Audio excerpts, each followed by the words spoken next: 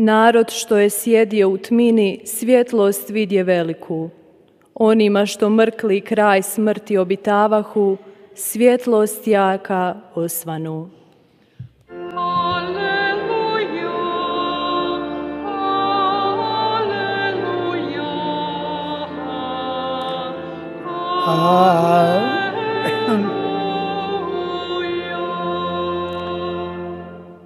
Gospodin s vama. Čitanje Svetog Evanđelja po Mateju. Slava tebi, Gospodine.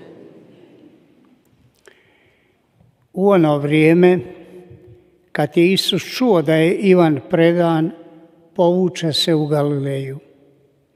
Ostavi Nazaret, te ode i nastani se u Kafarnaumu uz more, na području Zebulunovu i Naftalijevu, da se ispuni što je rečeno po proroku Izaiji.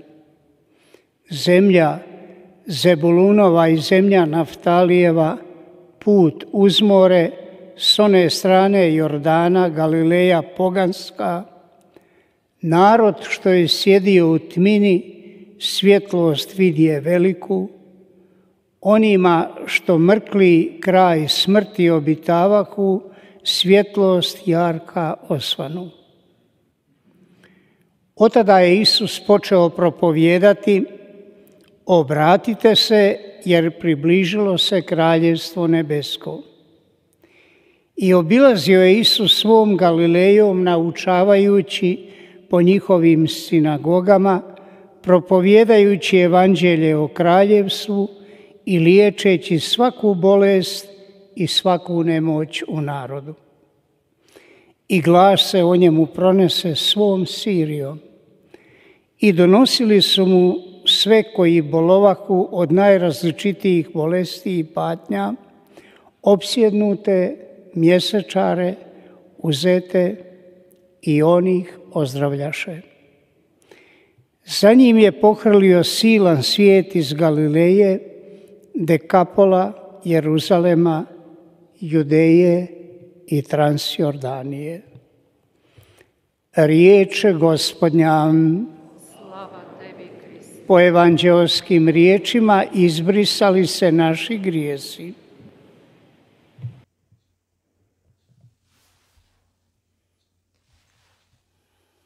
사랑하는 형제자매 여러분, Braćo i sestre,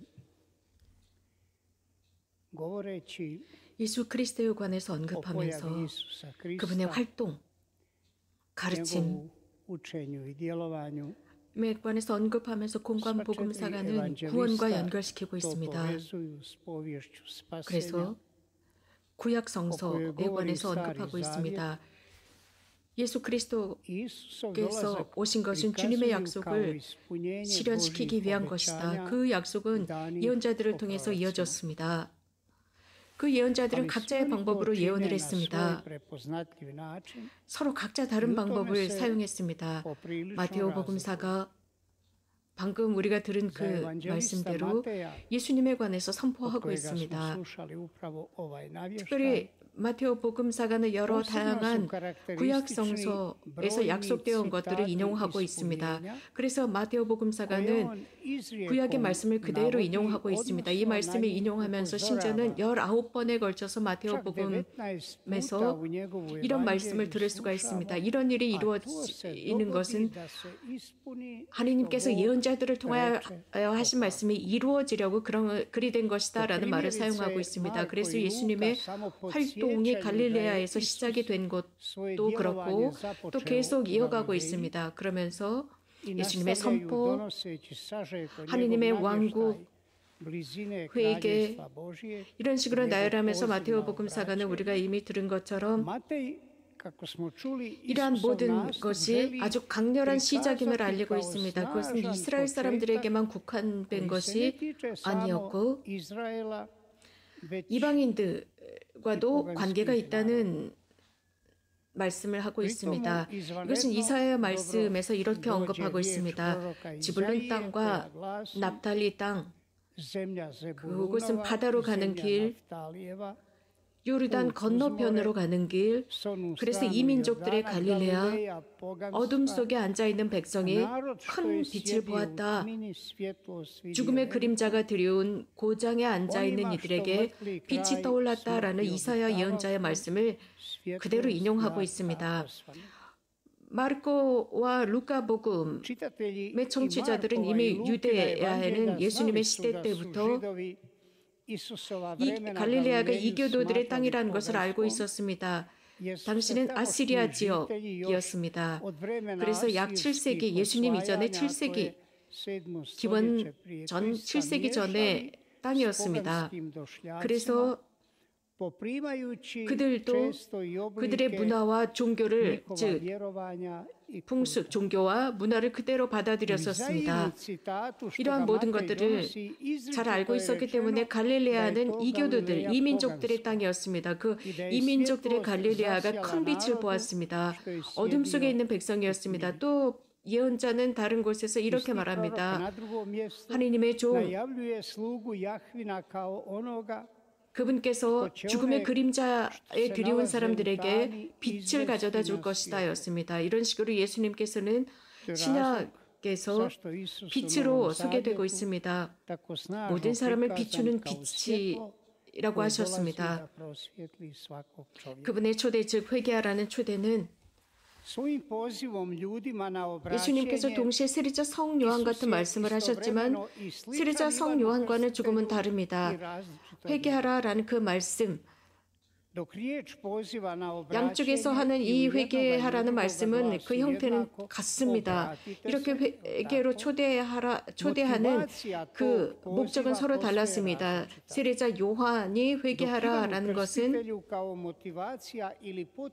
위협에 가까웠습니다. 경고에 가까웠습니다.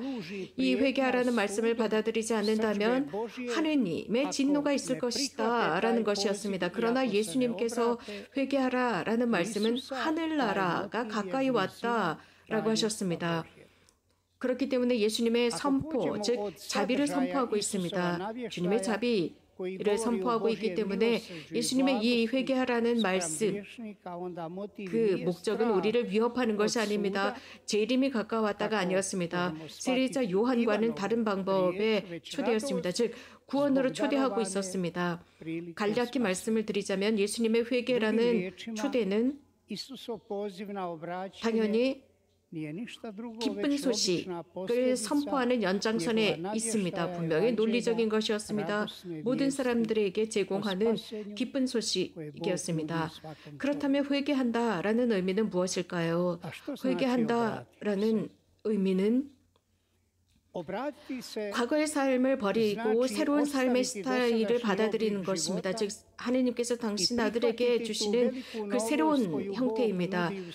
다시 말씀드리면 죄인들이 자신들의 죄를 끊어버리고 새로운 삶을 시작하는 것입니다.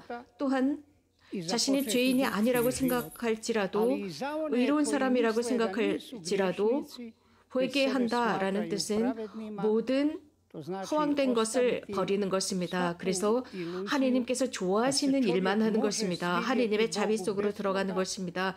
그 뜻은 다름 아닌 예수 그리스도 안에서 주님의 모습, 하느님의 모습을 인정하고 수락하는 것입니다. 알아보는 것입니다. 예수님께서는 회개하라는 초대를 하신 뒤에 즉시 마테오는 두 사람을 등장시킵니다.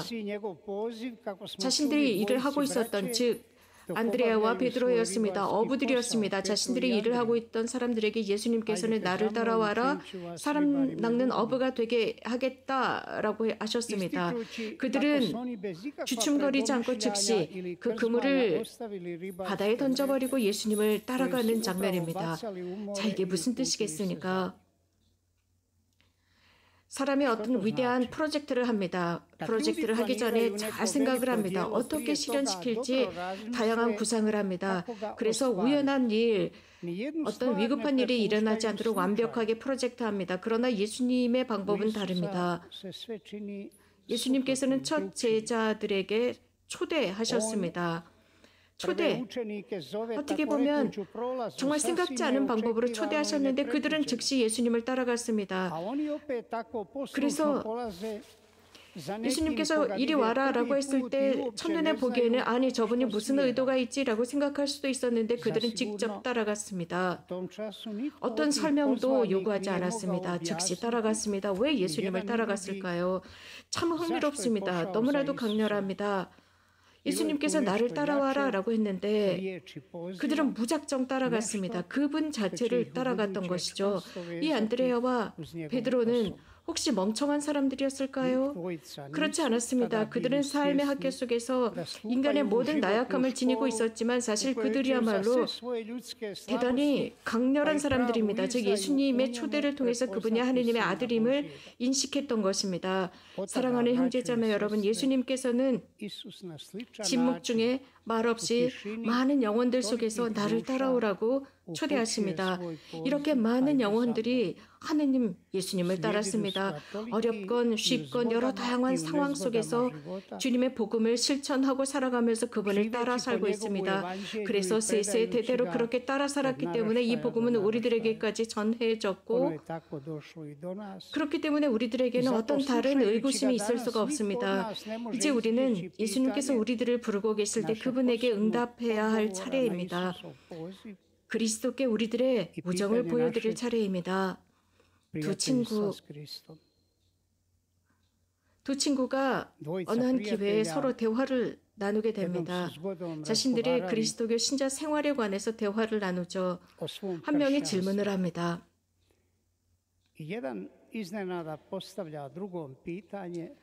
당신의 그리스도 신앙의 목적이 무엇입니까? 라고 묻습니다. 그러자 그 친구는 조금은 혼란스러워하다가 성경을 보여줍니다. 그는 규칙적으로 성경을 읽는 사람이었습니다. 나의 신앙의 기본은 이 성경이다 라고 했습니다. 이 성경에 모든 것이 다 있다. 그리스도교에 관한 모든 것이 다 있다라고 합니다. 그러자 상대편이 맞습니다. 그런데 성경이 아니라 형제가 어떻게 그리스도교 신앙을 실천하고 있느냐라고 물었습니다. 그러니까 그는 나는 선행을 하고 있고 또 신앙인으로서의 자부심을 가지고 있고 일상생활 속에서 매일 미사에 참여하고 규칙적으로 자선을 한다라는 식으로 이야기를 했습니다. 그러자 또 상대편은 그것도 맞는 답이 아닌 것 같다라고 합니다. 그것조차도 그리스도교 신앙의 당신의 신앙생활의 본 모습을 보여주지 않는 것 같다라고 합니다. 그러니까 이 상대 친구는 조금은 불안해합니다. 그리고 그 다음날 자신의 삶에 관해서 그 친구에게 정확하게 이야기를 해주기로 하죠. 그리고 나서 삶 속에서 모든 사람들이 서로 각자 다른 소임을 맡고 살아갑니다. 자녀, 형제, 삶의 동반자, 아버지 역할, 노동자 역할, 직장인들 등등 각자 다른 소임이 있다. 그 속에서 신자 생활을 한다라고 합니다. 그러자 그것 이상으로 그리스도인의 임무는 무엇이라고 생각하느냐? 당신은 어떤 임무를 수행하고 있느냐라고 묻습니다. 그러자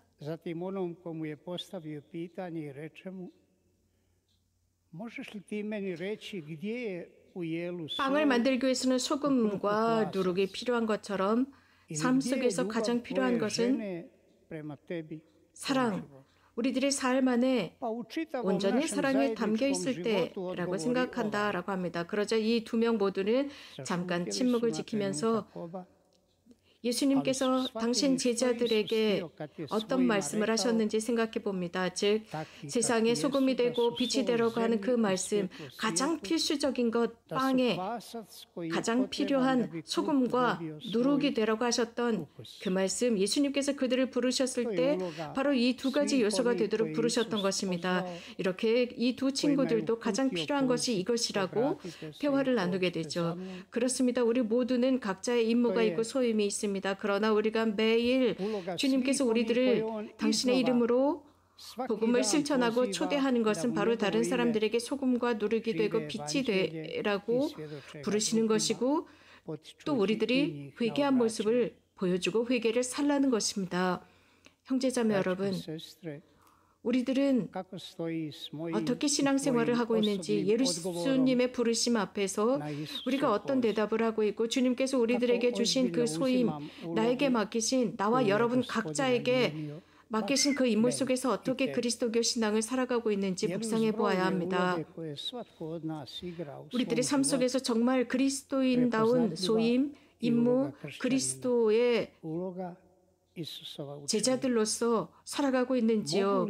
그것을 다른 사람들이 확실하게 우리들의 삶 속에서 보고 있는지 생각해 보아야 합니다. 복음을 실천하고 있는지 말입니다. 아멘.